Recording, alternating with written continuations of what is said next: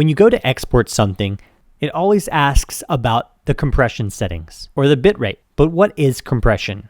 In order to get a video file smaller and smaller and not record the color of every single pixel on every single frame, programmers have developed shortcuts in order to save space. One of the ways is referencing the frame before when playing the video. So for example, if frame 300 looks like this and frame 301 looks like this, the only difference is her head slightly moves and her eyes close. So in frame 301, instead of the file having to define what the colors for every single pixel are, it can group a lot of pixels and say all of these pixels refer to previous frame colors. And in the eye area, that's where the colors are more clearly defined. Another way to save space is by grouping colors. So for example, in this dress, it's red, but there are several different shades of red. There's the shadows down here, the bright parts right here, and we see some folds in the dress here. The more compression that's put on here, the more unified of a color this entire red will be. Here's a high compression render that I exported. We see all these different blocks. The computer is saying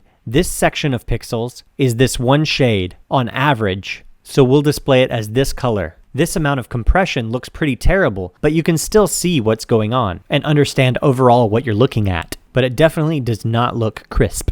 But to save space on a file size, or how much information is being transmitted over the internet, file compression is definitely needed.